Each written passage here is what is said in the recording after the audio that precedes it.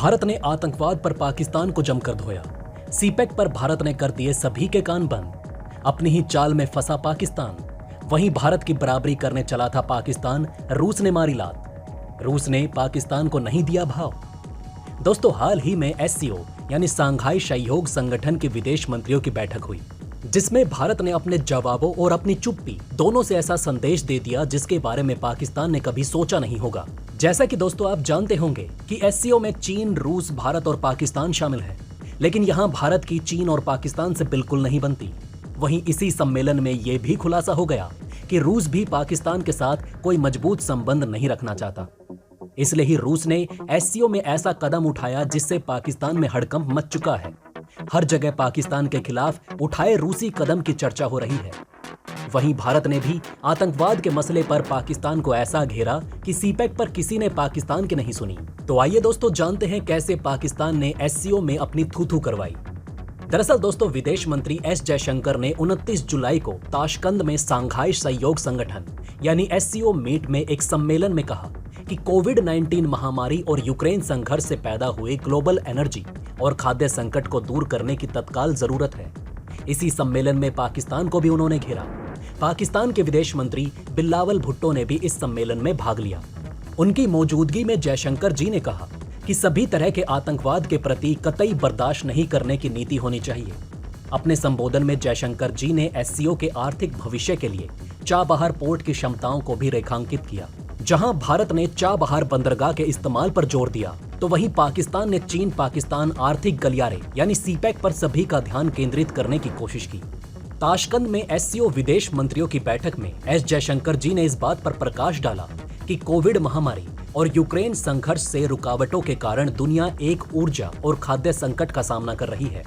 तत्काल इसका समाधान करने की जरूरत है। इसके साथ ही उन्होंने कहा कि आतंकवाद के सभी ढांचों के लिए जीरो टॉलरेंस होनी चाहिए। वहीं भारत हिंद महासागर क्षेत्र से जुड़ने के लिए अफगानिस्तान के अलावा मिडिल एशियाई देशों के लिए समावेशी कनेक्टिविटी चाबहार पोर्ट को ज्यादा महत्व दे रहा है। अगर ऐसा हुआ तो व्यापार के क्षेत्र में बढ़ोतरी होगी। इसी बैठक में पाकिस्तान ने चीन का रट लगाते हुए सीपेक में अफगानिस्तान में शामिल होने पर जोर दिया, जिसका भारत ने विरोध किया है क्योंकि ये सीपेक प्रोजेक्ट भारत की संप्रभुता का उल्लंघन करती है। उधर पाकिस्तान में चीन अपने बीआरआई प्रोजेक्ट पर भी काम कर रहा है, जो पीओके से होकर गुजरती है। भारत इसका भी कड़ा विरोध कर रहा है।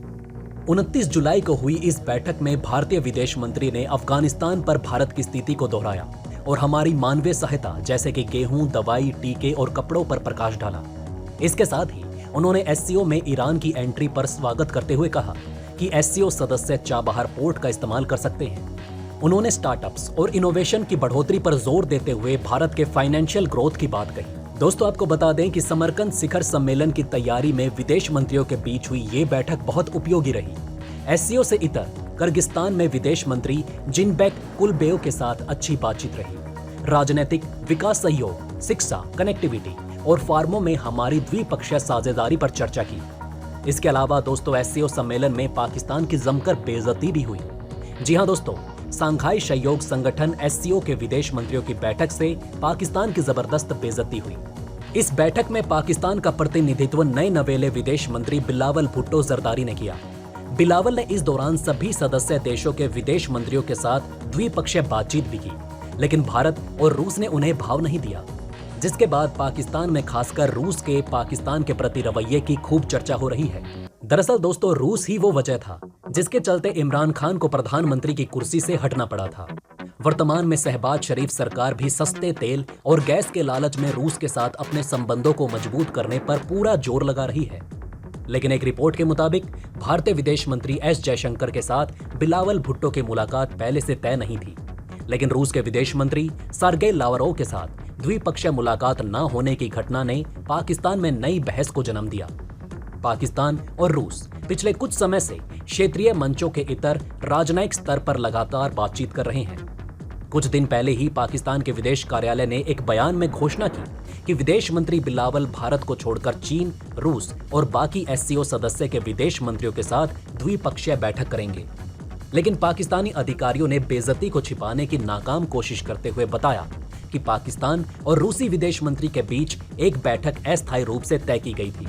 लावरोव को ताशकंद से वापस जाने की जल्दी थी, इसलिए वो बिलावल के साथ बैठक से पहले ही वहां से निकल गए। पाकिस्तानी अधिकारियों ने दावा किया कि बिलावल और लावरोव ने एससीओ विदेश मंत्रियों के लिए रात के खाने पर इनफॉर्मल रूप से बातचीत की, लेकिन समय की कमी के कारण कोई द्विपक्षीय बैठक तय नहीं की जा सकी। पाकिस्तानी अधिकारियों ने कहा कि इस बैठक के न होने से कोई ज्यादा फर्क नहीं पड़ा, लेकिन हाल के घटनाक्रम और पाकिस्तान के घरेलू राजनीति में रूस की चर्चा ने इस मुद्दे को हवा दे दी। पाकिस्तान के कई पूर्व राजनयिकों का दावा है कि दोनों पक्षों की द्विपक्षीय बैठक को पूरी तरह नजरअंदाज नहीं किया जा सकता। अगर ताशकंद में पाकिस्तान और रूस के विदेश मंत्रियों के बीच बैठक होती तो इसे अप्रैल में इस्लामाबाद में सरकार बदलने के बाद से दोनों देशों के बीच पहला हाई लेवल कनेक्शन माना जाता। लेकिन दोनों देशों के बीच बातचीत के लिए रूस ने वक्त ही नहीं निकाला। इससे साफ होता है कि रूस पाकिस्तान के साथ कोई स्थायी संबंध नहीं बनाना चाहता। दोस्तों, आपको बता दें कि पाकिस्तान के पूर्व प्रधानमंत्री इमरान खान ने दावा किया था कि रूस के साथ दोस्ती के कारण अमेरिका उन्हें सत्ता से हटाने का प्रयास कर रहा है। 24 फरवरी को जब रूस ने यूक्रेन पर हमले का ऐलान किया था, तब इमरान खान मॉस्को में मौजूद थे। उन्होंने 23 फरवरी को व्लादिमीर पुतिन से मॉस्को में मुलाकात भी की थी। उस समय अमेरिका और पूरा का पूरा यूरोप पुतिन का विरोध कर रहा था। रूस यूक्रेन तनाव को देखते हुए पाकिस्तान के कई एक्सपर्ट्स ने इमरान खान के रूस दौरे की टाइमिंग को लेकर सवाल भी उठाए, जिसके बाद इमरान खान की सरकार गिर गई और इसके लिए इमरान खान ने अमेरिका को ही दोषी ठहराया।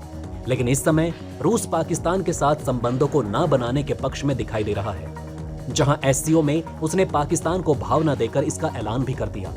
वेल, आपका इस बारे में क्या कहना है दोस्तों, हमें कमेंट करके जरूर बताइएगा।